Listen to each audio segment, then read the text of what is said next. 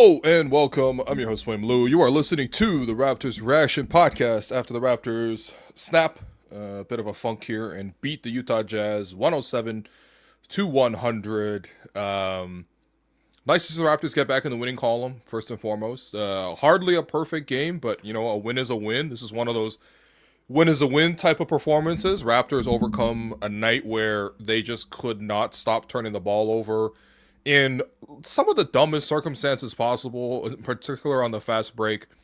But the Raptors got through it and they beat the Jazz, and again they add another win to their tally. This is gonna be one of those wins where you're gonna look back on it and you're gonna remember kind of nothing really, because there were not that many notable plays in my opinion, and a lot of it just came down to, can you just stop making mistakes and just take care of business? Because Utah is very much looking to tank. I believe this is the last time they need to tank to retain their pick from OKC, which they gave it up in the Derek Favors salary dump like many decades ago, it feels like. So, you basically just needed to hold on. And Utah didn't have their best player in the season, Keyonte George, who has been sensational for them. He's been their third-year player. I remember watching Keyonte for the first time actually in person. I don't do scouting, okay, but first time I saw Keyonte George was at Global Jam. Baylor was in to play, a very young Team Canada at that time, which several, they had several future NBA players, but nevertheless, a young Team Canada, and literally it was just Team Canada versus Baylor, and Keyonte George, who was going into Baylor, so he had not even played college yet, had 39 points. And I was like, this kid is sensational. And I know the Raptors front office is in the building for that one, man. Bobby and Masai, both in the building for that one. That was the game where, if you people remember the story, but Alex literally ran up on Bobby. This was during the Kevin Durant sweepstakes. And Alex offered him $100 to see the phone, to see if there's been any text about Kevin Durant. So, anyway, no Keyonte George, so you really should have taken care of business against Utah. Even with Keyonte, obviously the Jazz record not strong, but they were tricky tonight though. They played a very creative style. I would say a borderline experimental game by Utah in this one, and I thought about just how unique it was to see a team play in this fashion, and I think especially for a losing team, a very young team, like it's not a bad idea by the coach. Will Hardy, obviously one of the youngest coaches in the league still, despite this is already in his third season with Utah. He got real crafty, and tonight we saw two really innovative things, I thought. Number one was they basically played a one-man zone with Jusuf Nurkic in the middle of the floor for the entire game. Basically, Nurkic would take whoever's in the corner, and then if it's the man in the corner went up to screen, then he would have someone else go up and rotate and pick up that assignment as they ran up to the top of the floor. And he basically just stayed in the paint the entire game, kind of avoided 3-second counts the whole time, and just was like a one-man wall in the middle of the paint. I mean, that's a 300-pound 7-footer. Being in the paint, that's going to cut off a lot of what the Raptors can do down low. Raptors were able to counter that early in the game by just getting hot from three, and it really helped that IQ hit a three early, RJ hit a three, Scottie hit a three, I think Brandon hit a three. So it helped that so many of the Raptors starters were able to hit threes. But as we know, the Raptors are not going to be able to sustain hot 3-point shooting. In the second half, the Raptors went back to just breaking every three again. So there was that. And then I think the other part that was interesting was just seeing the Utah Jazz pick up with traps, almost like college basketball style, like trapping in the full court. And sometimes they would trap in the backcourt before the Raptors got the ball past half. A lot of times they would trap as soon as the ball got past half. And, the Raptors, despite having several ball handlers available to them, at any given time, you got RJ, who you trust with the ball, Brandon, you trust with the ball. Obviously, you got your point guards, Emmanuel Quickly, Jamal Shed, and then Scottie as well. That's 5 guys you should really trust with the ball. And even Mamu, I feel like, especially in an open court situation, I trust him with the ball. But at least 5 strong ball handlers. But the Raptors were still getting trapped 4 turnovers. And if it wasn't even just for turnovers, it ate into a lot of the Raptors' shot clock, and that led to a lot of really late possessions where the Raptors had to get off some junk at the end of the shot clock, almost never made anything in the process, had a couple, shot clock violations in that stretch too. So I just got to say, more than anything else, if I were managing a team that was tanking in the midst of all this, I'd want to try all this stuff too. And I actually think for how well the Jazz played in terms of just like strategically, that gave them a chance to win the game. Now, granted, their talent wasn't that strong, and the execution wasn't great on their own end. They turned the ball over even more than the Raptors. They had 22 turnovers to the Raptors 16, and ultimately that possession battle was what really won the Raptors the game. In addition to the Raptors having a strong fourth quarter, and just cutting out enough mistakes to sort of sustain. But like, I just thought it was interesting. It felt like a big experiment the entire time. It always reminded me of like when the Raptors, back when we had Nick Nurse, who was like the mad scientist. Like there was games where the Raptors would play the Houston Rockets, and they would spend the entire game full court doubling James Harden, like committing two guys to him at all times and just playing 4-on-3 basketball for like 40 minutes of the game. And they actually lost that one, just like how the Jazz lost this one. But I was like, okay, they're trying a bunch of whole stuff there, and yeah, like that was just interesting to see from a tactical perspective. From the Raptors side, I mean, again, like it was a pretty ugly game. It was the Raptors got hot from three early on. I think at one point they were shooting like 8 of 16 from three, but because the Raptors weren't particularly effective on the defensive end, at least to start the game, overall they were fine. Obviously, giving up 100 points in 48 minutes is very good, actually, but at least at the start of the game, the Raptors were not taking things seriously.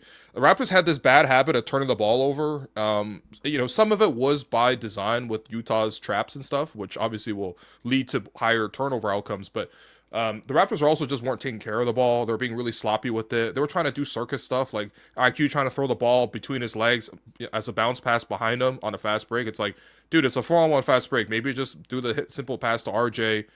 And then I have RJ hit the trailer. We don't need to do like a circus move. You know what I mean? Like it just didn't make sense in a game where the whole time the Raptors were just like turning the ball over, and you could just tell Darko was like losing hair. Like this is one of those games that Darko will feel in his hairline in a couple of years. When the hair starts to drop, because it's like the stress from just seeing the Raptors make silly mistakes was palpable. I mean, you saw in the second quarter, it was funny because every time the Raptors made a substitution, it felt like Darko was just taking out the guy who made a turnover.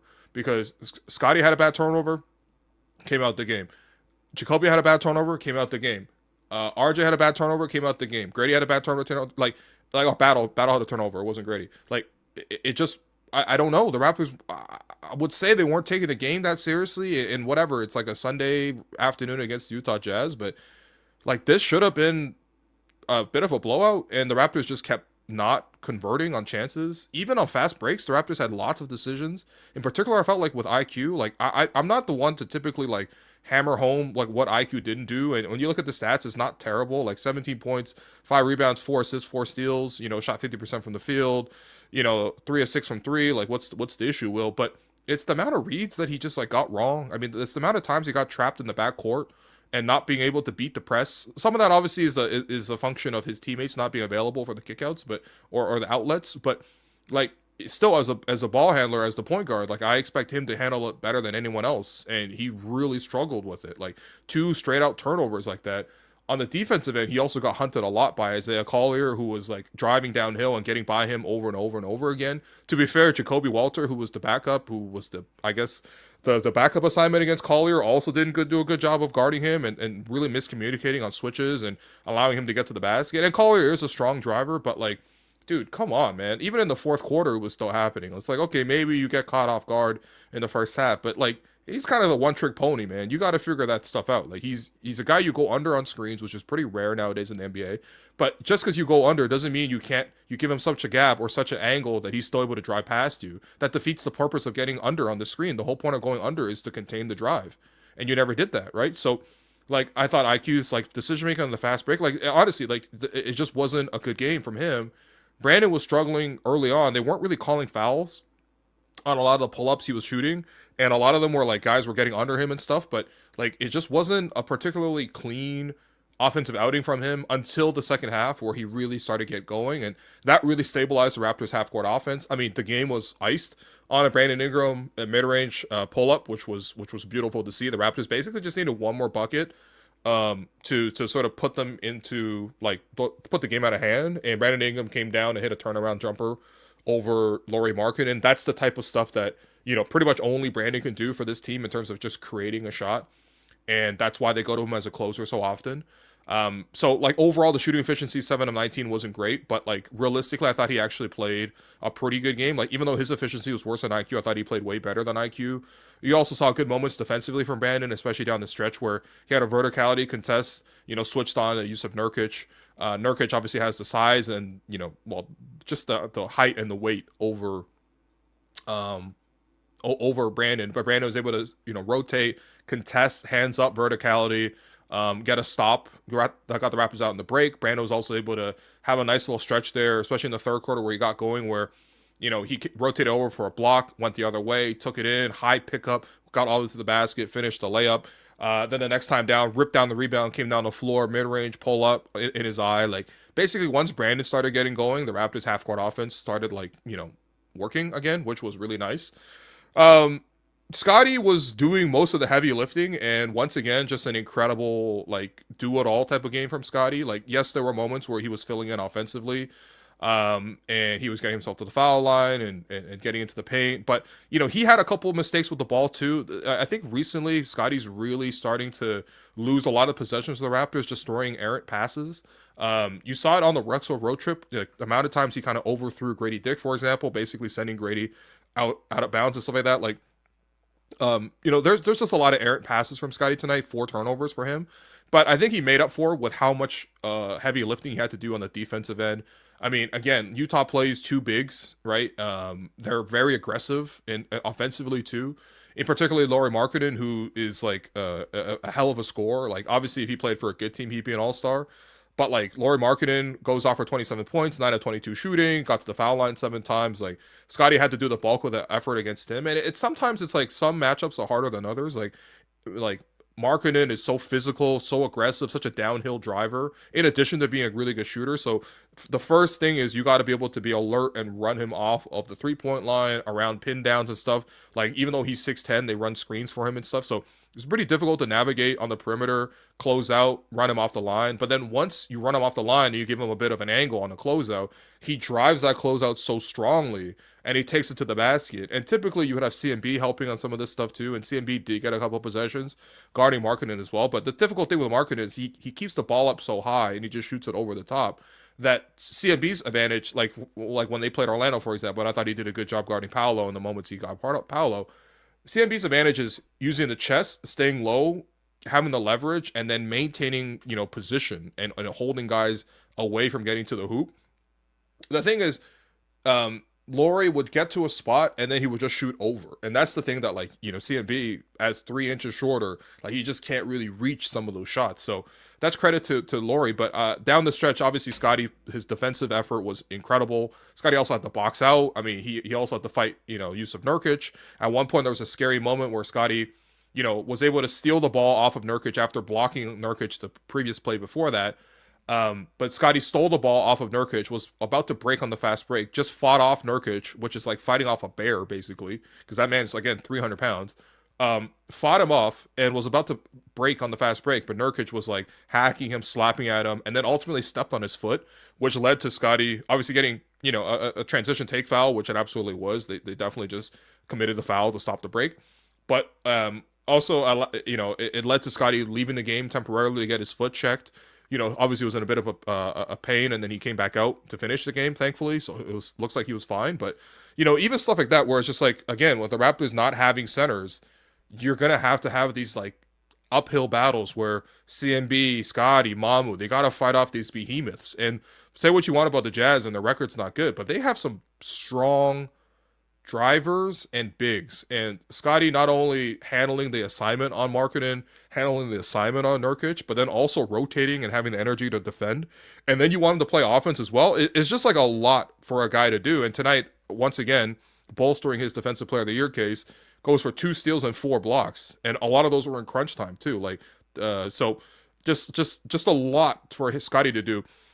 To be honest, the unsung heroes of this game for me were RJ Barrett and Sandro Mamukelashvili. For Sandro, they needed a scoring big in the game, and I was really happy to see Darko close the game with Sandro. It felt like Sandro, as soon as he came off the bench in the third quarter, felt like he never even came out the game because they needed his scoring so badly. even at halftime when the Raptors were down 56-51, I really thought that Darko should have considered swapping out the starting lineup and putting Sandro in instead of CMB. All due respect to CMB, but like he wasn't finishing around the basket. He had moments once again where he wasn't looking at the rim. And there was a play in the first half where Scottie like got the rebound, made a nice little interior pass, shovel pass to Colin. Colin really had the separation and space to go up for it, decided not to go up for it, and Scottie like yelled at him. And coming on the floor, he was still shaking his head. It's just like, I understand that CMB is like a rookie. I understand that he's young. I understand that his hands messed up, which I think is the biggest part of all this. But they're not even guarding him out there. And even when he's under the basket, he's not looking at the rim. That's an instinct thing. I would rather him miss at the rim and drop the percentage than just instinctually look for the kick out every time. The kickouts are fine. Like, he's finding open shooters. They're not bad. The thing is, though, you're under the basket as a big. I think the mentality's got to change a little bit. You know what I mean? And again, a lot of it has to do with the thumb. But I mean, even if Scottie's yelling at you, like even your teammates see that he's got to do better on those type of plays. Granted, he also wasn't scoring much around the basket, and he also got blocked a couple times too. At least in the second half, after getting yelled at, he basically went up strong each time. But again, he was still missing some of those shots just because Utah's size was overwhelming at certain moments. And so, especially considering Nurkic is playing a one-man zone defensively and your guy's not scoring, like it's only going to make the problem worse for everyone else where like driving was kind of impossible. So Mamu was like the clear option, and whatever, Darko didn't ultimately start Mamu for the second half, but like Mamu played so much in the second half and played 30 minutes tonight. I mean, Mamu, him knocking out back-to-back threes in the third quarter was huge. That got the Raptors the lead both times where he hit. Got out in the transition, finished. Unfortunately, he got called for a couple of charges. Some of that was like set up in the wrong way by his teammates, sort of passing to him in the wrong moments. But like Mamu's scoring was so necessary. Him cutting along the baseline, him moving around. It's just like his wherewithal to understand where to go. And of course, like him physically battling for a couple of rebounds and box outs, like you need a little bit of that too. But they needed his offense more than anything else today, especially because, again, Nurkic wasn't guarding nobody. So that guy who's playing the center position or who's getting quote-unquote guarded by Jusuf should be open all the time. And seeing Mamu knock down the threes and play around the basket was very massive, especially in the second half. The other guy who was the unsung hero, and I feel a little bit bad for him because like RJ led the team in scoring tonight, played 28 minutes. And despite everything he didn't even get a chance to close the game. There were long stretches of this game where RJ had to carry them offensively. Scottie was in and out. Brandon was cold. IQ was, inconsistent and turning the ball over. A lot of half-court possessions grinding it down, and they had to create something out of nothing. And it was RJ who was consistently getting into the paint, getting 2 feet in the paint, and then finishing right at the basket, drawing fouls, turning something out of nothing. There were so many plays where it just boiled down to like, we don't have anything on this play. Let's just give it to RJ and see if he can cook. And to RJ's credit, he cooked. I mean, like 6 of 12 from the field, 2 of 6 from 3. The most important part was he was 7 of 9 from the foul line. 9 free throws, led all players on the team. Also got 4 assists. And to be honest, he was driving and kicking a lot tonight. Didn't turn the ball over as much as some of the other guys who were the primary ball handlers in this game. And they just needed RJ to create offense out of nothing a lot. And tonight, I mean, this was even a sensational night for him, but still in 28 minutes, he got you 21 points. Now, granted, Darko decided not to close with RJ down the stretch and decided to go with his usual lineup of Jamal and IQ in the backcourt. And to his credit, Jamal did have a couple of assists in some key moments. And, IQ just basically stopped making mistakes, which was kind of the bigger issue for me. But I did feel a little bit for RJ because I'm just like, man, you can't even tell me it's about the minutes because last game against Orlando, RJ played 31. So clearly his cap is, well, at the lowest is 31, right? Today he played 28. And he carried the offense while it was dead for a long period. And this is where the benefit of having RJ is because, again, if you didn't have RJ tonight, when these lulls happen, none of the reserve shooting guards are going to step up and do what RJ does. That was one of the weird things about watching this game. And it was oddly frustrating. But it was like, wow, how many backup shooting guards are the Raptors going to be using tonight? Because even in the first half alone, you saw Grady Dick come in, Jacoby Walter come in, and then Jamison Battle come in. Walter and Dick did nothing, and Jacoby did less than nothing by committing some very, very silly plays defensively to give up the opportunities, in particular to guard Collier. Then in the second half, Darko says, okay, it's confusing enough that I got 3 of those guys in there. Let me throw a 4th guy in Ochai Agbaji into the game. Ochai plays 2 minutes, misses 2 shots, including a wide open corner 3, and then he's benched as well. It's just like, how, like, and again, maybe this is obviously part of this is just the roster construction. Like, the Raptors have had this awkward build all year where they have too many, like, off-ball 2s who aren't able to do much and aren't consistent enough. And realistically, they're not getting enough minutes to even have, like, somebody run away with it and find some sort of balance with it. But nevertheless, it was very amusing watching RJ, like, consistently create out of nothing and be completely uncelebrated. Meanwhile, we have 2 first-round picks coming off the bench in Jacoby and Grady, who are making lots of mistakes out there.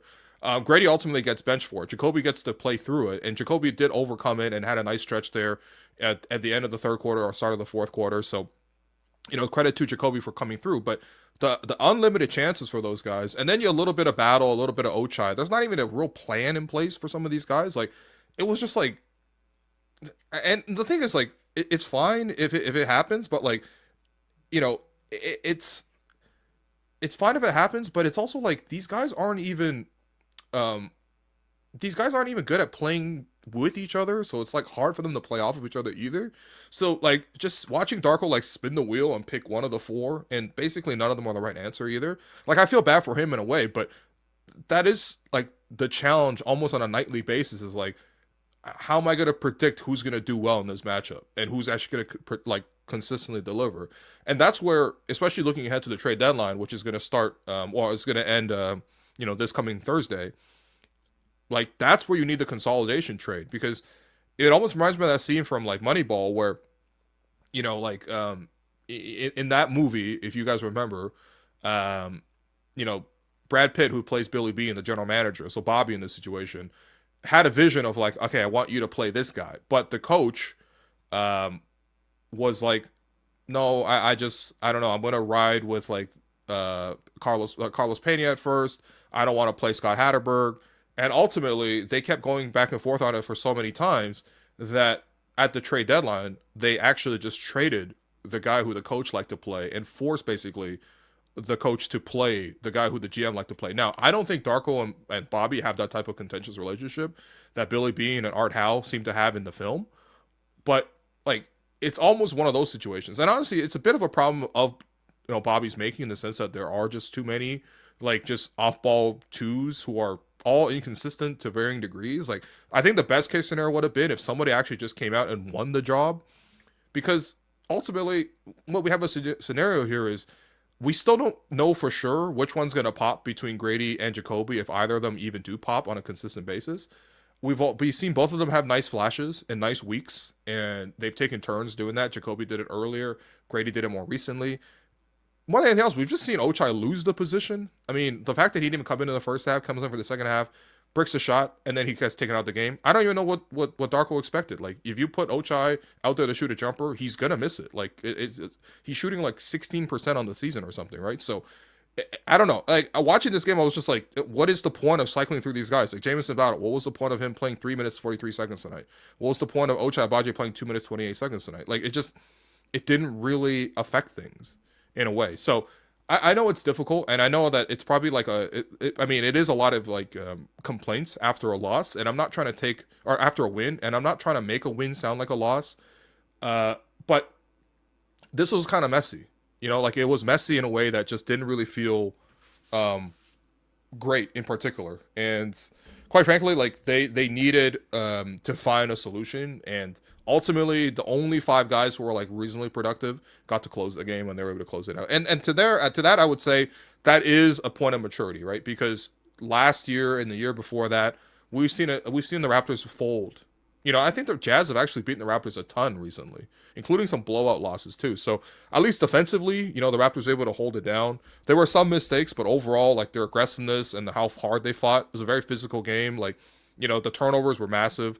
I think the Raptors, really struggled to guard Collier. I didn't like that he got 10 free throws, but, ultimately, like, they did a good enough job on Lauri Markkanen. Again, a lot of that credit goes to Scottie Barnes.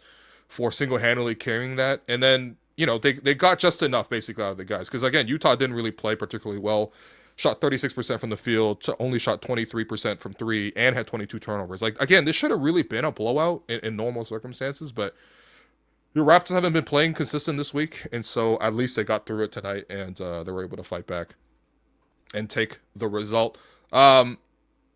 What I did like from this game, though, was the moment of celebration, because tonight the Raptors were able to see one of their players once again return to the All-Star game. Congratulations to Scottie Barnes for making it and being selected by Eastern Conference coaches as reserve for the upcoming All-Star game. This will be the second time Scottie's been picked as a reserve, and second time Scottie has been going to the All-Star game. He made it in 2024, missed out last season largely due to injuries and the Raptors not being good. And this year, with the Raptors turning around fourth in the Eastern Conference, Scottie has been the one who has done the most heavy lifting on both ends of the floor, and it was a very deserving selection once again for Scottie Barnes. I was very happy for him. We also had the moment, this was in the arena, as Scottie was announced, and this is my video, so I can actually finally show you some footage from the game. The NBA announced the final players of the 2026 NBA All-Star Game. Representing the Raptors at this year's event, standing at 6 feet from Florida State, with number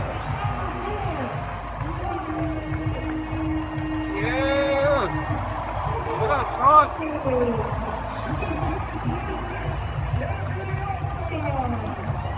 So something I noticed right away from this video was, first off, everyone obviously celebrating Scottie, but if he sees Darko coming over, Darko comes over, gives a tap to Brandon Ingram, and then has like a long conversation with them and a long hug, especially considering the timeout is only like 2 minutes.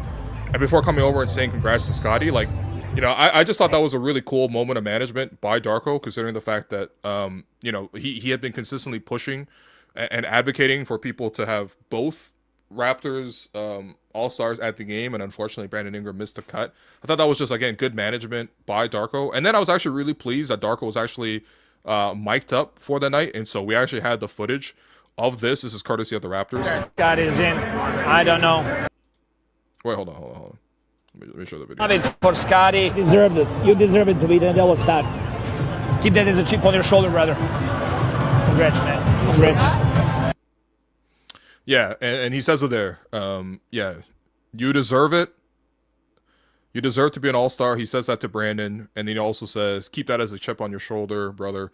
I think that was just really good management by Darko, first and foremost. I think, again, it's like, the biggest thing for the Raptors this season has been, finding a way to actually start winning games, man. It is so hard to go from, like, a rebuilding, tanking situation to then deciding to turn on the switch and starting to win. Like, it is so hard. It takes a lot of dedication. It takes a lot of, like, team culture. A lot of people ask how the Raptors, like, this good defensively. I mean, Raptors had a really good defensive effort tonight. Raptors have been, like, top 5, I think, defensive rating on the season. Well, you don't get defense without buy-in from the entire team. And the Raptors have done a great job of, like, getting buy-in from the whole group. Darko, I think, has set a really good precedent for that, because, again, like, there's been so many losses on his ledger already based on the season, and more than anything else, especially in today's NBA, getting the buy-in from your star players, getting them to do what you want, having them available for you, having them play hard night in, night out. And yeah, there are some nights where the Raptors drop the ball and whatever, but bigger picture wise, like, getting the team on the same page and managing them to again, do what you want and play hard, set an example, has been great. The other part has been integrating Brandon Ingram into the team. And that's the part, especially watching the game tonight too, like, when Brandon started taking over and Brandon started getting buckets, it was like, all right, we're going to win this game, right? Because it was honestly in doubt for a lot of it. The Raptors were down for a lot. That's the element the Raptors have not had in previous years, man. That like, half-court creator. Yes, RJ can do it in a pinch, and yes, Scottie can do it some in a pinch, but it was not enough between the two of those guys. It just wasn't, right? Because IQ can't really do it either. They needed Brandon and what he does in terms of stabilizing the offense, in terms of, playing within the offense, but also being the offense at times. Because, like, games are not going to be smooth, like, when everything's going right, sure, Brandon probably doesn't have to take as many shots, but when things are going wrong, when things get slow, when you got to get a tough bucket, like, Brandon's the type of guy who, like, it's impervious from how the defense plays them. And without that element, and again, the Raptors gave up Kelly Olynyk and Bruce Brown and a pick that wasn't theirs. Like that, without that, the Raptors really would not be in this position where they have 30 wins before the All-Star break. The Raptors had 30 wins total last season, and they won 25 the year before that. Like, Brandon has been such a big addition to the team. And that's where I am really gutted for Brandon that he didn't make the All-Star game. I mean, maybe 2 All-Stars for the Raptors would have been a little generous, considering the fact that, like, New York, you know, previously only had 1 All-Star, Jalen Brunson. They had another one added to the group with Cat after tonight's announcement. The Pistons were basically rolling with only 1 with Cade Cunningham, and they get Jalen Duren as a second guy. So I get it. Like, if teams were deserving of 2 All-Stars, it would be like the first and second seeds, basically. I know New York is only like 1 or 2 games ahead of the Raptors, but, you know, whatever.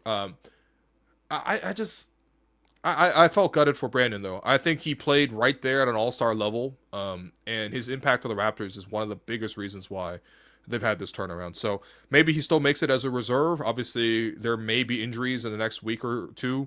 You never obviously want to count on injuries, but obviously Giannis is already not going to be playing in the All-Star game, so Adam Silver already has to name at least 1 replacement in the Eastern Conference, and at least if it's forward for forward, you know, Brandon should be in that mix.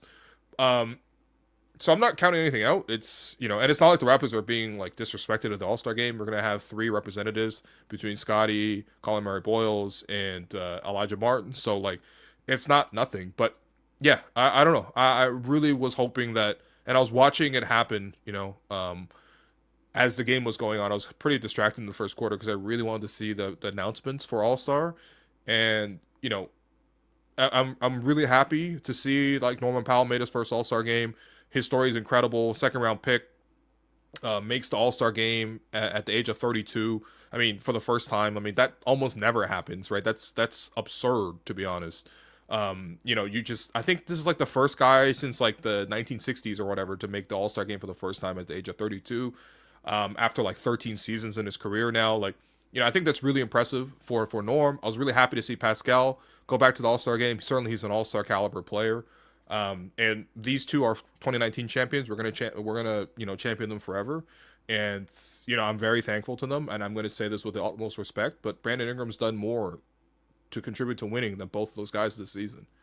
And, you know, that's not even just me saying bias, because if anything, I'm more biased towards my 2019 guys than I am towards any Raptors since then. But, like, I thought Brandon should have made it, and it didn't. You know what I mean? Like Pascal, yeah, what did they have, 13 wins? Oh, yeah, you're right. Norm hasn't played 13 seasons. I think this is, like, year 10 for Norm, maybe? I think Norm came in 2014-15, I think, with the law, right? So Norm will be in his year 12, I think. Maybe year 11? Yeah, this is his 11th year. My bad. So, like, I'm happy for Norm, and I'm happy for Pascal. I root for those guys. I love those guys. You know, like, we did the interview with Norm last year, you know. I know a lot of Pascal's people. Like, I'm happy genuinely on their behalf. But we're talking about, like, the Pacers are the worst team in the East. And, I mean, the Heat, whatever. It is what it is. You know what I mean? It is what it is. So, I'm a little gutted for Brandon, but maybe he makes it ultimately. Either way, I thought it was really cool that Brandon still was able to celebrate the moment with Scottie. It's obviously a very bittersweet moment for the Raptors. You could tell Scottie didn't even really want to fully soak it in, considering he was locked in the middle of the game, and also Brandon didn't make it. I think if both of those made it, you'll see probably a bigger reaction. It was a pretty muted reaction from Scottie, first and foremost, but I think he absolutely deserves it, man. And yeah, you know, like, all of this was and honestly, the other part too is I can't help but think that, like, the international element to the game this year probably affected it to some degree, because starting this year in the All-Star game, they put in that wrinkle that they're going to have, like, a team of international players, at least 8 international players versus 16 American players, and then, you know, I think they'll play a different pot or whatever. And I do wonder how that sort of influenced some of the picks. Like, even Karl-Anthony Towns, like, he has not had a strong season all year. He's been one of the big reasons why New York was really losing, you know, a lot of rhythm on the season. Certainly, you know, could be traded this week as part of a Giannis trade if a blockbuster does ultimately happen. It's just like, I don't know, you know what I mean? And you would hate to see a player picked just because of their eligibility from their nationality. Like that's not what the All-Star game is about. It's a meritocracy more than anything else. So I don't know. Whatever. It bothers me, but it is what it is, right? So we're gonna take a quick break, and when we come back, we want to take your questions, and yeah, I'm sure there'll be lots to talk about. So let's take a quick break. This segment is brought to you by Table Fare and Social. Get your pre-game bites and after-work drinks at Table. It's a great location, right across the street from the arena and just steps away from Union Station and the Metrolinx bus terminal. Will, you know I love my wedge salad, but there's plenty of options at Table. What should we have next? Oh, we can have salad for days, my friend. Oh, you're talking about salad days? You know I love salad days, man. They got a different salad for every day of the week. You can never get tired of the options there. Oh yeah, I heard about this place. This was your go-to lunch spot forever. You always said the lettuce was so crispy. Man, it's so crispy and fresh, and now this can be your go-to meal before Raptors games. I like that. Grab a pregame salad at Table Fare and Social right across from the arena. Okay, we're going to get to your questions, but first, well, I comment here actually. Good for the Raptors organization. You drafted and developed 3 All-Stars in the upcoming game, and that's the part that I'm really happy about. Like, again, like this is nothing against Storm and Pascal. I love those guys. Seriously, like I genuinely love these guys so much. But yeah, and it was great to see Fred tweet about it. Obviously, Fred's been injured. Get well soon, Fred. Maybe we'll do some more podcasting together. The last episode was fire, but Fred tweeted out Norm, P Skills, and Scottie in the All-Star game with 3 fire emojis. And of course, Fred also did make it as an All-Star back in 2023. No, 2022? 2022, I think. But yeah, like this is Pascal's, 4th All-Star game? This is Norm's first. This is Scottie's second. Like, it's pretty incredible. And shouts to, I think S, who pointed this out. But if you look back at the 2019 Raptors championship season, there is, with Norm now joining the group, there are now 6 players on that team who either were All-Stars or went on to become All-Stars in that team. In that team alone, right, the guys who were All-Stars were Marc Gasol and Kawhi Leonard and Kyle Lowry. Those were the 3 guys that had made an All-Star game up to that point. Kyle and Kawhi were actually named All-Stars that season in 2019. And then since then, Fred went on to be an All-Star, Pascal went on to be an All-Star, and Norm went on to be an All-Star. Like, that's amazing. That team now has 6 All-Stars on it. Like, that's unbelievable. And who knows? Maybe OG makes it as an All-Star one day. Honestly, OG might have played better than Cat, to be honest. I feel like if OG made it over Cat, it would have been even cooler to see all the Raptors former bench mob there. But, like, that's unbelievable, man. Like, yeah, that's I think it really highlights just how strong that 2019 team was. And I know people don't think of it as a super team, especially considering they were up against the all-time super team with KD and the Warriors.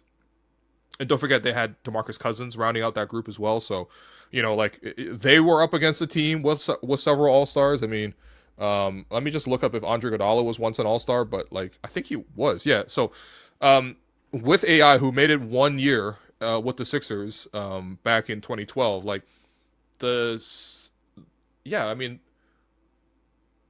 that Warriors team also had 6 All-Stars then, because it was Steph, Clay, KD, Draymond, Iguodala, and also DeMarcus Cousins was on the team. So, like, that's unbelievable. Like, we saw a finals matchup involving 12 All-Stars. Like, that's actually so cool, especially in hindsight to see. I don't think Bogut ever made All-Star, right? Certainly he was an All-Star caliber at that point. No.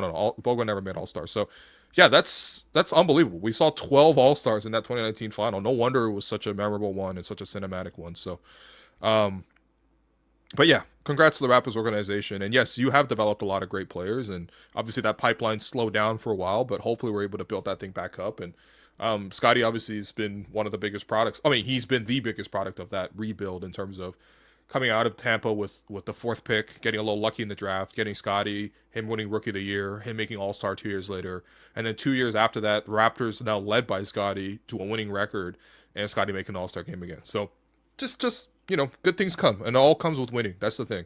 We can push everything you want, but it all happens with winning. Okay, let's get to your questions. You know, First, we get to the money. Only a little bit of money today, which I'm totally cool with. You know, I've been surprised with how much money people have been sending in. But we had Duck 21.66 cents and $2. We really need a center. Scottie's getting tired. Yeah, man. Honestly, like I think situationally they just have to figure something out, right? I think we're well past the point where we can just count on Jakob to be back. You know, like, it's not me reporting anything. It's not me even like being pessimistic towards it. I just don't think that, like, especially now after a month off, him having to come home from the road trip to get pain injections, him basically being ruled out of every game. Even last time I was in practice, you know, they talked about, oh, Jakob went through like non-contact in practice. But then I also saw Jakob walk into an office. Well, it was actually Alex McKechnie's office at the back of the gym. It was Jakob, Alex McKechnie, and Bobby Webster sitting down together in the office together. Maybe that happens every day, but probably not. You know what I mean? Like, it's like, those are not great signs, in my opinion. And it's not like there's been a lot of optimism of him coming back. Basically, and then when he comes back, like, is it a guarantee that he's going to continue to be able to play? And this is like a thing that he could put in the past. And then can he reach his top level? It's just like, the Raptors have played so long without a center that, like, yes, you can compromise in certain games, and certainly when the Raptors are able to play other small ball teams, they've been able to be okay at it. But generally speaking, it has been a compromise, and I think it puts such a level of wear and tear on Colin and on Scottie that, like, it makes me nervous. Not to say that those guys can't, you know, get banged up playing other positions as well, but in particular against centers, I just feel like all the boxing out, all the leveraging against a guy bigger than you in the paint, what that takes out of your legs, you know, having to fight around these guys for rebounds, just more collisions, being involved in more screens, because I still think even in today's NBA, centers set more screens than anything else. Like, I just think that there is something there where it's just like nobody really likes playing out of position at center, right? And I know that the trade deadline is coming up and there's an opportunity, so it's not to say that they won't do it. And they did try it temporarily with Mo Bamba. And basically, from my understanding, what that came down to was Darko basically said, I don't really want to play this guy. So it's like, okay, well, fine. We gave you a chance to play it. I mean, it was a 10-day. It was not a real chance. But it's like, we gave you something, and you're like, we don't really want to do it. But it's just like, find a center who will want to play. Because I'm not even asking for, like, a starting center necessarily. Obviously, there's a trade out there for Domantas Sabonis. Looks like the Kings are having a fire sale. You know, sure, maybe you want to grab him.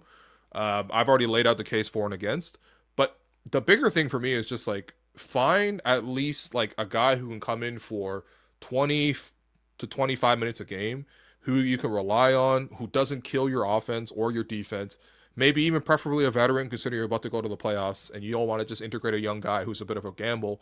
Like, find someone like that to just like burn some minutes, because I think just saving a bit of wear and tear on CMB, who's got a bad thumb already, and he's been swiped down at it so many times.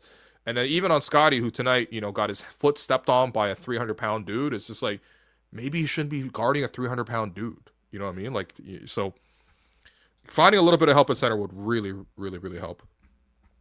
On the other end, hey, watch Pascal's reaction to Norm and Scottie getting announced. Okay, so we actually have the video courtesy of Karem here. So let's actually watch it. For the reserve. Our first is Donovan Mitchell, Jalen Johnson from the Hawks. Yeah. Karl Anthony Towns step up to the front. I told T-Mac, I told you. Oh, man. Wide with. We're not making that. Pascal Siakam from the Pacers. Hey, P. Hey. I mean, obviously, I know that I'm an all-star, but, you know how that goes sometimes. Let's go. Shout out my teammates, everybody, you know, like, it's going to be great to represent the team. I think, obviously, a difficult year for us, but excited that I can represent the Pacers out there in all-star, man. It is what it is, man. Let's get it. Norman Powell. Yes.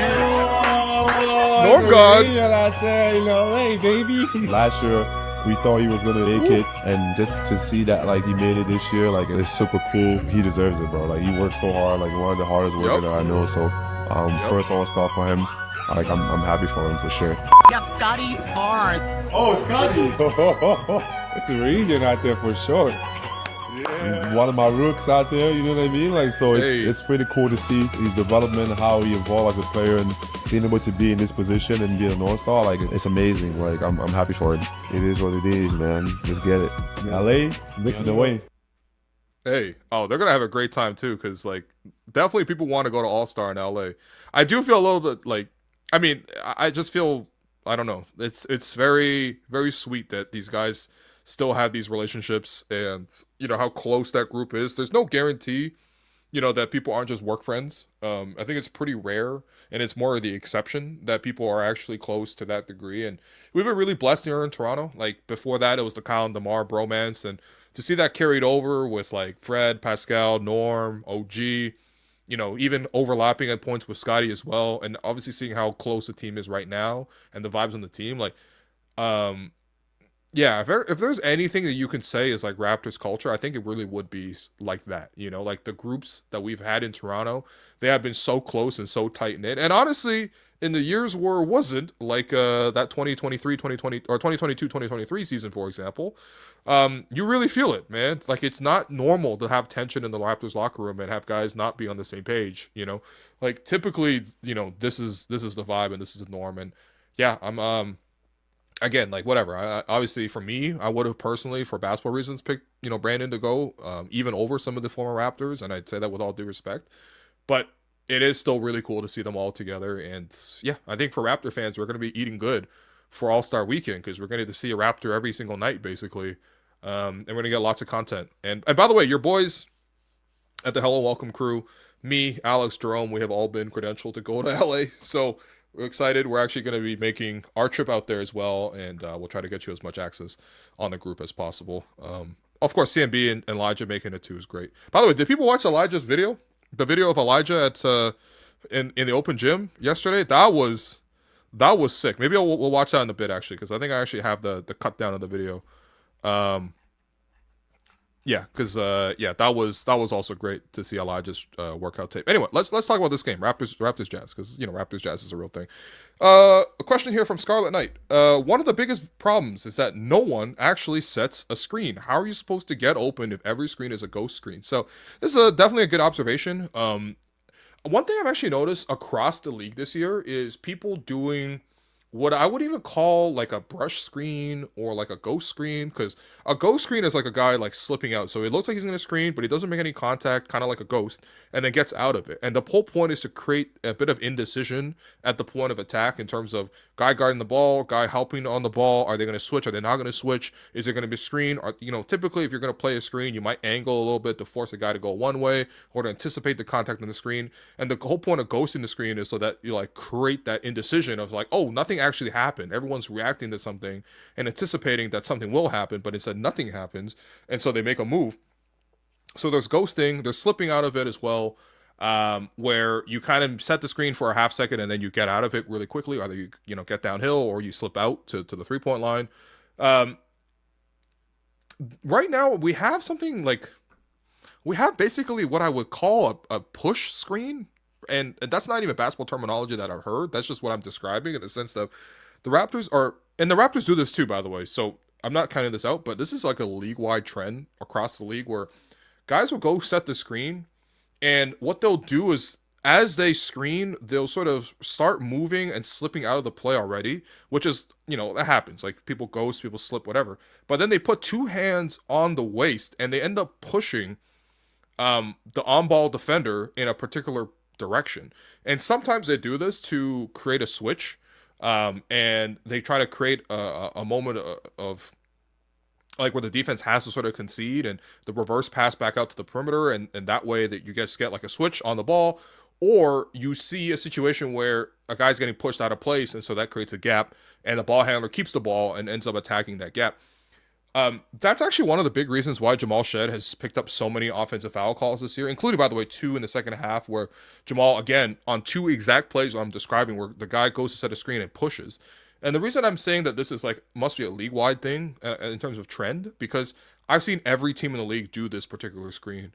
And it's smart in the sense that, like, it forces teams to either switch or it creates a gap, and ultimately you're trying to create an advantage off any screen, especially on the ball. But Yes, there certainly are a lot of those. One of the disadvantages of that is if you don't ultimately create enough of a, I guess, create enough of a gap or a switch, ultimately you don't create an advantage and you kind of waste a bit of time. And that's where, especially for the Raptors, like the Raptors do this a lot too. And it does create a lot of situations where they don't actually get the separation for the ball handler. You saw it, for example, Scottie does this a lot when he goes to screen for IQ. Would ultimately come up to the screen, slip out, and maybe push as he's doing it. Like, it doesn't really create much room for IQ. And I mean, IQ is not really that sort of like 0 to 100 like bursty, shifty driver who's able to get into a gap and really exploit that and hit it hard. RJ does a better job of that, for example. But yeah, it's a bit of a trend across the league for sure. And that's why I think it's smart that players like Jamal are capitalizing on that by not essentially flopping off of those, but like, calling attention to how illegal these screens are. Because like, again, like everybody's just putting two hands on the waist and shoving on screens. That's kind of ridiculous. So another comment here, Raptors need the All-Star break to regroup. I think so. I think that like this team looks tired. They played really hard all year. They stayed engaged. They battled through injuries. I feel like a little bit more time to rest too for the guys will be great. I'm thinking about RJ, for example, Colin Murray-Boyles. I know he's going to, play in the rookie game, but the rookie game is basically you have a practice in the morning of the rookie game and then you play that night and that's it, right? So it's just like 1 day-ish of practice. So he'll be in and out. He'll be able to rest his thumb. I'm sure other guys have picked up small things like IQ missed a game because of a back. I don't know, maybe Jakob comes back from his back. I mean, it'd be great. I mean, we saw the last break, which was the play-in, or not the play-in, the in-season tournament. No, what am I saying? What was that tournament called? The NBA Cup. Sorry, wow, it's so forgettable that I'm forgetting the name. But we saw it with the NBA Cup, right? Jakob obviously looked like a shell of himself in that game against the Knicks in the quarterfinals, like literally like a shell of himself. Don't even look at the highlights for that one. And then he missed time. But the Raptors got a whole week off, and since then he basically has not played. I'm not holding my, breath and expecting Jakob to come out of that, but who knows? Maybe another long break here allows him, some time to come back. I'm not ruling it out, but nevertheless, yeah, I think every team basically really needs the All-Star break as a break, and I'm hoping that they take advantage of that. Yeah, how the heck is BI not an All-Star? Shout out to Scottie Barnes, though. Absolutely, we kind of covered this. I love Darko's message to BI, keep that chip on your shoulder, fuel that fire. I think for Brandon, he's got plenty of fire, right? Like, Brandon's clearly a very hardworking player. You do not get to the skill level that Brandon has, the footwork, the timing, the ball handling. Like, you don't get to that level of scoring without some real dedication and love of the game. And so, I think first and foremost, like, I've never really questioned that part about Brandon's game. But I think for the big motivation this year was proving yourself on a new team with the Raptors. You obviously got traded here last year, around a year ago now, but he didn't play at first, and then he only made his debut starting this season, and he's integrated really well. He's acclimated himself really well. He's had several huge moments, game-winning plays on both ends of the floor. He's settled into the new climate, and it's working. The most importantly is like the team is winning. So I think, yeah, Brandon's done a great job, and I think Darko's done a great job too in terms of like incorporating Brandon into the group and basically not missing a beat with any of it. That's not a particularly easy thing to do. A question here: how were you running a stream 5 minutes after the game? Weren't you there? I was there. And today, as is my usual routine, I'll go to the game, I'll cover it probably like 2.5 hours before the game. I got there at like 3:30 tonight. Cover the game, get whatever I can out of that pregame scenario. And then I would, usually I would stay for the first half. Tonight I stayed for the first half. I left at halftime. I called an Uber, came home, watched it in the second half from home. So the whole goal of that obviously is I can't broadcast from the arena. There's exclusive broadcasting rights to the TV broadcasters, at least within 30 minutes of the end of the game. So if I want to go live right away, I kind of have to do it from not in the arena. So I managed to make it back home. That's just my usual grind, though. That's just how it goes. That was 1 hour of the team screaming how badly we need a center. I'm assuming that's in terms of the play on the court. Yeah, it was certainly was You can make a case. And I think Utah obviously has the type of size, and they were most likely driving the ball as well. Like, they have the type of, like, team to really punish you for a lack of size, considering how big they play. But yeah, I don't know. I think everyone knows that. I think Bobby knows that as well. Raptors should trade for Nurkic. I mean, I explored this option because Nurkic is having like a decent year. Although watching it today, I'm like, okay, it's still kind of the same Nurkic. Like, he's not really moving. He's in the middle of the floor. But, you know, he's had a lot of games where he's been able to like dribble handoff. He's got a couple triple doubles on the season as well. He's had like an overall bounce back season. You know, I'm not trying to discount Jusuf Nurkic. Certainly when he got traded to the Hornets last year, I felt like he was just straight up giving up at moments. This year, I think he's playing hard. He still has the same issues. Like, he really doesn't finish well at all at the basket for a center. This is even before he got old. Like, he just was never really a strong finisher, percentage-wise, at the basket. Part of that is he has very little lift, if any lift at all. But he still is a very effective defender. You know, he really was able to wall off the paint. A lot of the gameplay today was just basically how to figure out how to attack Jusuf Nurkic in particular. And maybe he's shooting the threes now. I don't know. Maybe he transitions more to like a Brook Lopez type of end of career where he basically changes the style of play and extends his career. I mean, Lopez is still playing to this day with the Clippers. But the thing with Nurkic is that's difficult is you can't trade for Jusuf Nurkic, who I think makes $19 million. You can't trade for him unless you give up one of the Raptors starters. So you have to ask yourself, like, would you subtract one of the Raptors starters to get Jusuf Nurkic on the team? The thing is, the Raptors reserves, Ochai makes 6, Grady makes like 5, you know, Mamu makes such a small amount that like you can't really shuffle around the end of bench guys. And obviously Mobo, Battle, those guys all make the minimum. It's like you can't really shuffle the end of bench guys to actually cobble together enough money to trade for some of these guys. So basically anybody making more than like I think 14 million, and that's like at the absolute max. Anyone making like 14 million and up, you can't trade for them unless you give up a starter. In which case, yes, I think Nurkic could certainly help this team.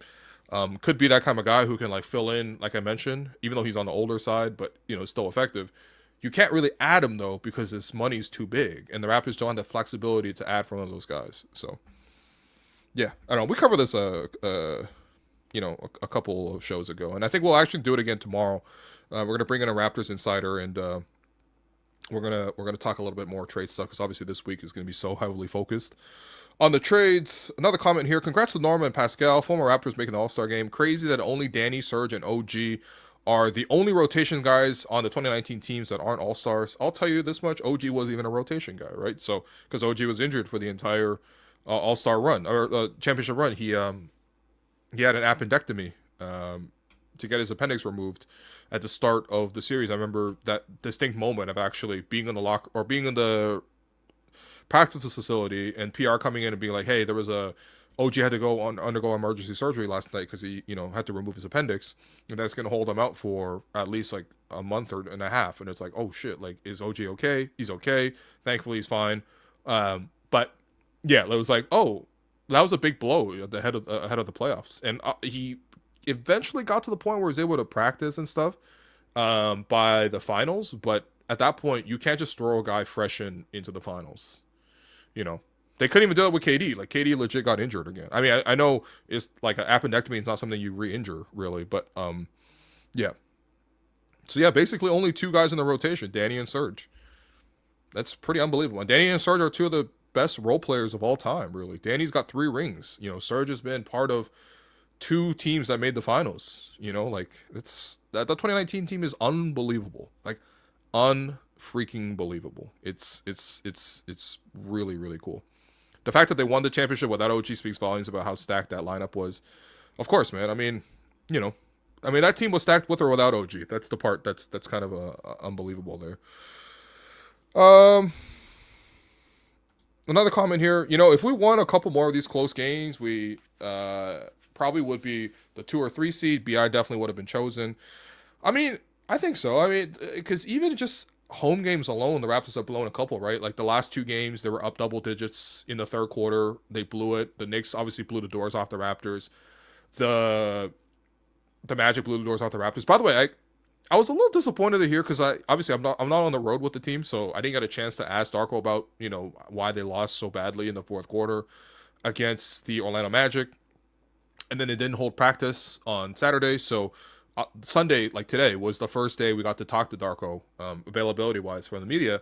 And so obviously a lot of the questions pre-game was like, hey, when you reflect back on the 2 fourth quarter collapses we've seen in the previous 2 games, like what do you see was a difference? And I was really surprised, but Darko,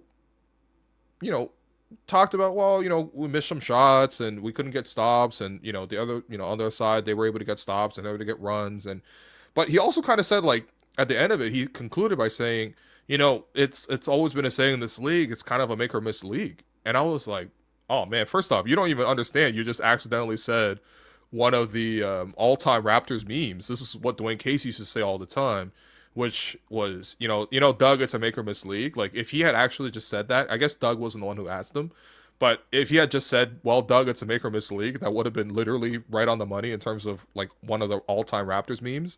But, like, I don't know, like, he kind of just took accountability off the team, and I'm just like, I'm sure this is not what he says behind the scenes, because I saw him angrily take some timeouts tonight, especially in the first half when the Raptors kept throwing the ball over, all over the court, and make, a lot of them were just like going the other way for runaway dunks, and that kept Utah in it in the first half.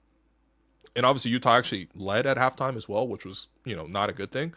So I'm sure he's more stern with the team, but I'm just like, even after like having time to sit back and reflect, and the Raptors lost those 2 games that were like objectively very winnable, ended up being very embarrassing results against the Knicks and the Magic last week. It's just like, the answer can't just be it's a make or miss league the next day. Like, there were so many things that were not just make or miss, you know what I mean? And I don't know. I think obviously you could say that Orlando shot the ball really well the last game, and you don't usually expect Orlando to shoot, like, I think they were 33 of 37 from the foul line, and there were 17 of 34 from the three-point line. So you might say, well, typically they don't do this, make or miss league. But make or miss league is the ultimate way of saying, though, like, well, what's the point of even having coaches and practices then? This is a make or miss league.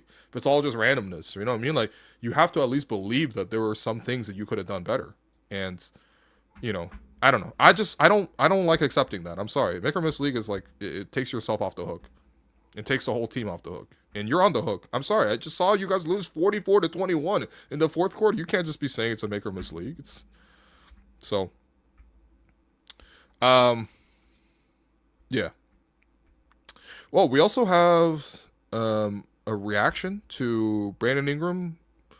And, actually, before anything else, obviously, we also have the team chain because the Raptors did win. Sandro Mamukelashvili gets the chain. He's got to have the chain the most out of any bench player, right? I feel like it's either him or Jamal, but I think like Sandro's been absolutely massive. It's great to see Sandro wearing the chain right there and doing a little flex. Speaking of a little flex, we got the team photo here. I don't know, where was Grady Dick for this? Because typically you would see Grady flexing off to the side. Maybe the photo was cut off or something, but yeah, I don't actually see Grady in the team photo, which is a little strange. But yeah, here's the whole team. Hanging out, posing with the chain. Jakob poking his head out in the back. Elijah in the Gator jacket, which I thought was really cool. Elijah's backcourt teammate from the Gators national championship win last year. Walter Clayton Jr. was playing, and he has been playing pretty much all season for the Utah Jazz. So I'm sure that he was really happy to see Walt again. That Florida team, by the way, has like 3 players in the NBA in this rookie class, which I think is pretty impressive. Will Richard, who plays for the Warriors, he's been also in the rotation. Elijah's actually got the least minutes out of the 3 of those guys, but it was cool. And I'm sure Elijah wore that Gator jacket in part because his Gator teammate was in town. But yeah, it was good to see the team come together for a nice little photo. Again, like, this was kind of a blah game. Like, they won it, which is good, but like ultimately, that wasn't the biggest part, but you still got to celebrate the wins when they're there, you know what I mean? So Streets are reacting. Oh no, Grady's traded, he didn't make the pick. I mean, if it turns out that Grady did get traded during this like last hour and that's the reason why he didn't make the team pick, it would make me so sad. Especially considering I'm actually going to be spending a lot of the day with Grady tomorrow, so if he were traded, I would love to know, because that would really affect how I'm going to spend my Monday. So hopefully that's not the case. Yeah. Oh, another thing too, by the way, I gotta say too. Oh, actually, hold on. Let's show you the video Kareem, show me the video where Brandon Ingram's reacting to Scottie being named All-Star. Show me that video as well. I'm not sure between the two of them which one that is. And Jazz credit them. A team that is 30th in the league. Is that the video? No, that's just him dapping some random guy at the end of the game.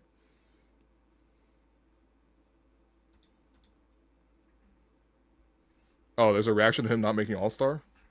Look, I'm sure he's a little disappointed. I think that's, like, totally fair, you know? But, yeah. Okay, we'll get to that video maybe in a second, but before we take the last couple questions, I just want to let you guys know that, look, basketball can be a little stressful. You know, like this game, Raptors should take care of business against the Jazz. They're heavily favored. But, you know, it still took a little bit of, well, a lot of effort to pull it out in the end, and the Raptors had to sort of hold on and make a couple extra plays, and thankfully they got the win. So, if you want to stay chill, if you want to make the chill choice, Coors is always the chill choice. And, you know, watching this game, Raptors being down at halftime, I knew that as soon as I came back, you know, from the arena, the first order of business was to put that Coors in the fridge because it was going to be stressful. And, you know, I'll probably enjoy it after actually this podcast is over. Definitely don't want to drink, you know, during a live broadcast, but at the same time, you know, making the chill choice, trying to make it maybe would have been a chiller episode if I had done that. But I'm sure when I pull it out the fridge, I will see that the mountains have turned blue, and that means that the beer is as cold as and refreshing as the Rockies themselves. So when the game heats up, why not make the chill choice by grabbing a crisp, refreshing Coors Light? Find Coors Light near you. Visit CoorsLightShop.ca. Celebrate responsibly, and you must be of legal drinking age. And by the way, shouts to I've gotten several comments and also emails to our show account from different people who are like, you know what? Because I want to make the chill choice too. I picked up, you know, Coors, you know, when I was at the local LCBO or whatever. I just, you know, I like when people roll with it too, you know. I think once you hear the ad enough times, you're like, you know what? Maybe I will make the chill choice, you know. So, speaking of chill choices, a couple of things that I thought were pretty cool from this game as well. Actually, first off, you know, well, congratulations to two of my friends in the industry. Number one, congrats to Danielle Michaud, who will be, I believe, headed to Italy, headed to Milan for the Winter Olympics, which start, I believe, at the end of the next week, maybe on Sunday, maybe on the weekend. I don't know. But she's headed to the Olympics, which is always a very, very cool thing to do professionally, to be able to cover the Olympics. You know, obviously Michelle has been, Danielle has been, I've just aggregated Danielle Michaud as one word into just Michaud. But, yeah, Danielle has been awesome on the Raptors sideline coverage this year, taking over for Savannah Hamilton, who's another close friend as well. But, yeah, Danielle has done a great job, like, covering the team. You know, she's obviously a fan of the show, too, so I'm sure she'll be listening. Shout out to you, Danielle. I apologize for calling you Michelle for some reason. But, yeah, like, she's done a great job, but obviously she's very, you know, versatile, and she's, you know, getting a chance to cover the Olympics. You just straight up don't say no, something like that. So I hope you enjoy Milan and all the work over there. But, of course, to fill in for Danielle on the sideline broadcast is dear friend of the program, Blake Murphy, my longtime former co-host, both for obviously the Raptors show, but even dating before that to my days at Raptors Republic. I mean, the only person I've done more pods with than Blake is obviously is Alex. But yeah, I mean, Blake's getting a chance to do the coverage as well, and that obviously includes taking over for Danielle's job as the walk-off interview. And you know, even just seeing Blake before the game, you know, Blake's so like well prepared for pretty much all the scenarios that, like, but you know, he was starting to get nervous at certain points. I was trying to, like, you know, even just mess with him a little bit just to sort of get him, you know, a little bit more calmer. I mean, the funny thing with Blake is just, like, he's done bigger broadcasts than just like this, right? Like he was part of some of the World Series broadcasts. He's done, obviously he does TV every day basically for Raptors show, and he's done it for several years. You know, also the Blue Jays or Jays Talk Plus. You know, he does the pregame sometimes. You know, sits in that analyst chair. Like, I'm sure Blake was like, he's done a lot of broadcasts, but then again, it's like he's taking over, and doing sideline is a pretty unique thing. And of course, you know, once the players win, you always do the walk-off interview. So it's actually to see Blake overall just do it. I mean, looking very spiffy in his green suit. That's that World Series money. Got a little fade as well. Got a little trim on the beard. And also, of course, he did a great job interviewing Scottie. Scottie's looking confused, like, bro, what's going on? Where's Danielle? Why am I getting interviewed by Blake in the walk-off interview here? But I think the other part, too, that was killing me was just like, yo, Blake. Okay, I'm not gonna lie to you. I guess I didn't notice this in person because I was like, I was out in the arena. I like legit saw Blake like 5 or 6 times around the arena, but I didn't notice this until I saw it on the TV. But I was like, damn, did they give Blake the Lil Armstrong like facial powder? Because like, bro, why is my man so orange in this? So I don't know. I don't. But I don't know. Maybe Blake just took an impromptu trip to Cuba or something. But bro, Blake, I love you, buddy. I was crying when I saw this, dog. I was like, yo, what's happening here, man? But nah, man. I mean, absolutely, Blake crushes every role that he's in. Again, he was so well prepared. I thought he did a great job telling us just reports of like what's happening around the game, even at halftime, the talk with Jama Mahalela. Thought he was very detailed and sort of like how the Raptors really wanted to guard Lauri Markkanen. And, like Blake's just very articulate as well. I think that's one of the bigger parts of the broadcast is like you're on live broadcast, right? So you got to really speak fluently and smoothly. And I just thought that he really rolled with it really well. And for a guy who's doing this for the first time, especially on the Raptors broadcast, like didn't really miss a beat. I think that was really impressive. So happy for my friend to be able to get this opportunity. And he will be, I think, on this for 4 games. So there's going to be 3 more games of Blake as the sideline reporter. Let's cherish it, man. But yeah, I mean, damn, bro. Like Blake, I'm sorry, dog. Why is this so orange? But I'm happy for you, dog. I'm always rooting for you, man. So, okay. We'll take a couple more questions and then we'll wrap out. First off, we got $5 from Herbopotamus. I appreciate you, Herb. Thank you. And maybe I'll see you at the Hongqing dinner next week. That'd be kind of fun. Another comment here. I know everyone's frustrated with CMB passing out of the post way too often, but I honestly think it's because of the thumb injury. He can't handle / slam the ball the way he wants to. I think that's absolutely a big factor in this because of the fact that it's hurting all the time. And especially considering him playing all the time, like it's not really giving him a chance to even heal. So he's basically just managing. Like it's taped on so strongly there. I do wonder like how much of it is also just like the adapting to finishing around size as an undersized guy. I think that's like undeniably a factor as well. It's not just the fact that his hand's injured. But it certainly is not helping. I think it's just an area of growth for him, right? Because he was actually super aggressive in college. Like he would drive and create his own buckets going downhill. And he did it a lot. Like a lot of the offense started with him at the elbow. And then he would turn and face and drive and cross over and just like use his body and finish with a variety of plays. You would never really notice that if you saw him only this season because you're just like, okay, he's obviously not that aggressive scoring. But I think it's just an area of growth for him. And I think other times, like, I mean, you even saw Scottie yelling at him, right? So, like it's a real thing. I think that it's certainly something to improve. I mean, he's such a young player that like, it's not even handling criticism. It's just a point to improve on. There's nothing personal about any of this. You know what I mean? It's just basketball. Another question. Hey, Will, rank who will have a better career when they retire? Zion, Ja, or RJ? I asked for the banter pod, but Alex doesn't like to talk basketball. No, I mean, it's not about that. Okay, banter pod is like it's like the only show in the entire month where we, try to make a space away from basketball.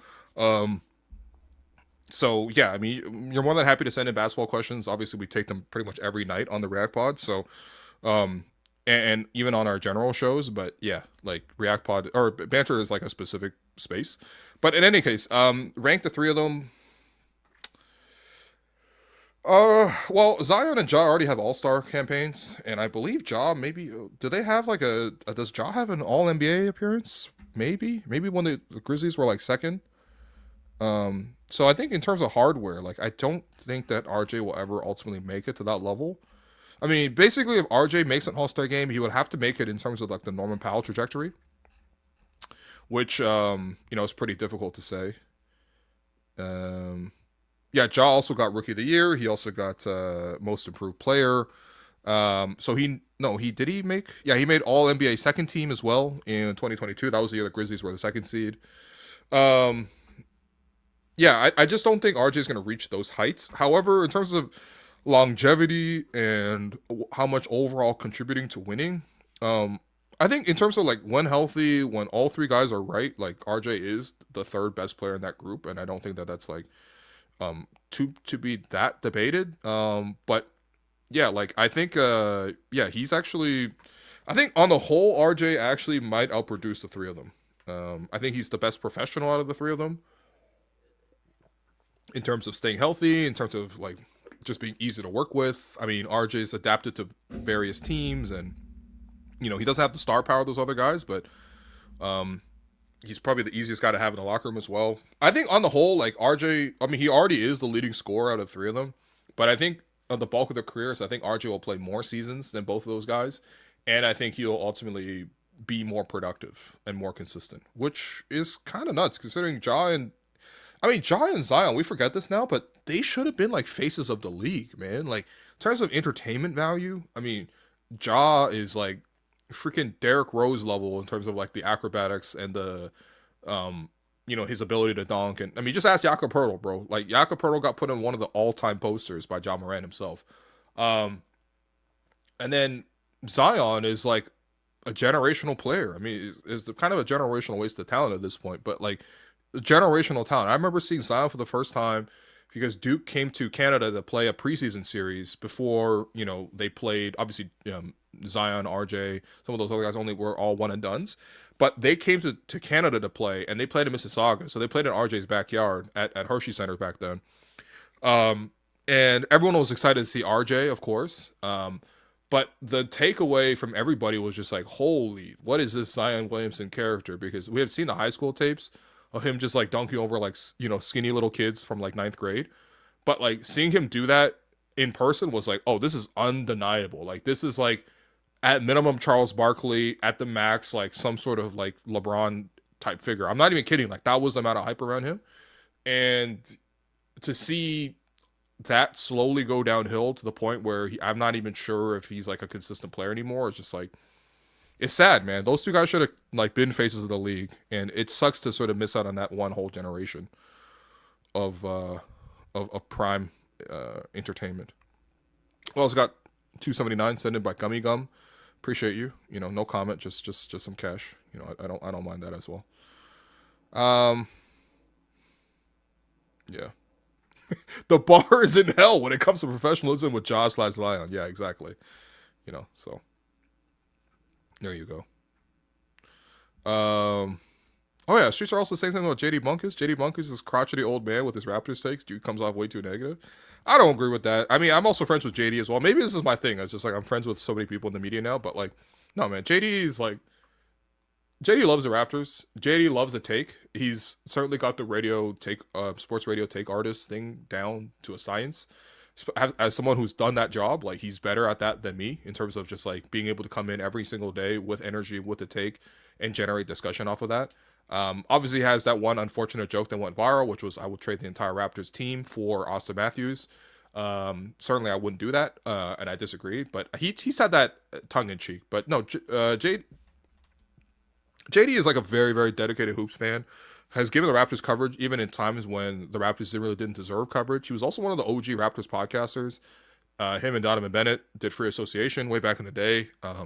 Like this is like 2013, 2012, that range. Like I remember listening to JD even back then. He played basketball as well. I mean, you know how much you got to love basketball to play basketball from UConn. So it's just, I don't know, man. I think it's hard. It's always really easy to form opinions on people. And sometimes obviously if you put out sharp takes, people are going to react strongly to them. That's, you know, you don't get to put out the bait and then call people out for taking the bait, you know? But no, JD is actually a very, very passionate Raptors fan. I know that to be an absolute fact. So I know he's not everyone's cup of tea, but I just don't think that people should question how much he loves basketball. Like that man's a hooper, man. That man's a hooper. So, okay, want to wrap out. Thanks everyone for listening. Oh, sorry. Prap with the Raptor asks, Will, what's your favorite winter Olympic sport? What is my favorite winter Olympic sport? I mean, obviously Olympic hockey is elite. Certainly will always love watching Olympic hockey. What else? I'm not gonna lie, I do really love watching some figure skating. Like, it's very, especially like, it's obviously something Canada puts on a lot. It's always broadcast to us, so it's like very readily available. But like, Tessa Virtue, Scott Moyer, like, elite combination.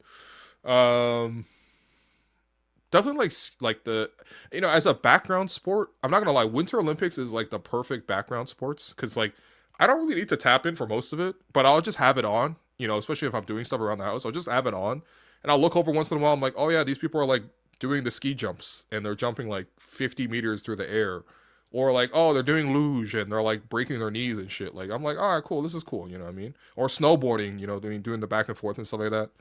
Shouts to my girl Eileen Gu. Okay, we'll see. Or Guo Island. We'll see how you're doing. But yeah, I don't know. Winter Olympics, they're fine. They're fine. Obviously, Summer Olympics are much better for me, but it's chill. I'll watch a little bit. All right, 3 stars. Gerald Henderson. Let's get out of here. First star is gonna give that to. I mean, I'll give it to Sandro. I'll give it to RJ. I think RJ was really unsung hero on this one. 21 points, 6 rebounds, 4 assists, kept the team alive offensively. Didn't get a chance to close, but Raptors got the win, so that's all that matters. 6 of 12 from the field, 7 of 9 from the foul line. Second star, I'll give that to Sandro. Again, the scoring was super, super vital from him. 20 points, 6 rebounds off the bench. Without Sandro, the Raptors do not win this game, and we'd all be freaking out because the Raptors lost to the Jazz. And then third star, I'll give it to Scottie. Scottie did so much across the board. 14 points, 9 rebounds, 4 assists, 2 steals, 4 blocks. Yeah, and hopefully he's okay on his ankle. Just ice that thing and just make sure it's good. It was a great sign he was able to close out the game, though. So just need him available. And of course, congrats to him for making All-Star. That's awesome. I would say even a step up from 2023, because 2023 he had a hot start from the 3-point line and kind of played off of Pascal. This year, I would say he was like, more has been on Scottie's shoulders. He's played better on both ends of the floor, in my opinion, as compared to 2 years ago. And even last time, he made it as a, Adam Silver called him up as a replacement for the All-Star game. This year, he makes it straight up as a reserve. I think those are all reflective of his growth in his game. So congrats to Scottie. He's done such a great job this season and really, really well deserved for the All-Star appearance. Your Gerald Henderson Award, I think you got to go with Isaiah Collier. I mean, he got to the basket so many times. He got the best of IQ a lot defensively, and Jacoby as well. 19 points, 4 rebounds, 7 assists. This was actually the pick that the Raptors traded for Ochai Agbaji, because the Raptors traded their 29th pick for Ochai Agbaji and Kelly Olynyk. They dumped Otto Porter Jr., which is hilarious, on the Jazz in that trade. Otto literally retired right afterwards. But, yeah, that was the 29th pick, and the Jazz took Isaiah Collier. He was supposed to go higher that year. He was, like, a really highly ranked player. I think he played with Bronny at USC. Although Bronny obviously had the heart issue, so, he didn't play as much with Bronny. But, like, Collier, I think his draft stock kind of dropped, so, the Jazz were able to get him at the end of the first round. But he's a solid little player. I mean, he's certainly a very aggressive, very athletic slasher, and he's actually a really, really nice passer. As well. So I know a lot of people don't watch Jazz games, so you got a chance to sort of see what he looks like. But yeah, I guess that could have been the Raptors pick. I mean, because the Raptors got 3 firsts back for Pascal, and they got the first from Indiana, which they used to draft Jacoby. They got the 29th pick, which I think was Boston's draft pick that year, that they traded that one away. And then they ultimately traded the other first away for Brandon Ingram. So, not a bad little player. So thanks all for listening. I appreciate you guys. Tomorrow morning, so I'm going to do a really quick stream tomorrow just to talk about the Raptors trade rumors. We'll be up at 10 a.m. We'll be talking to Josh Lundberg at TSN. We're just going to go through like where the Raptors stand at the start of this week ahead of the trade deadline. Go through some trade rumors there and just keep it really quick, to be honest. We're aiming to be really flexible this upcoming week. There'll be lots of rumors flying around, and we just want to be able to react to anything. And of course, if anything trade-wise happens, we'll be on it as soon as possible. So thanks everyone for listening. I appreciate you guys. W's in the chat for Karem for helping the stream as always, and we'll catch you tomorrow.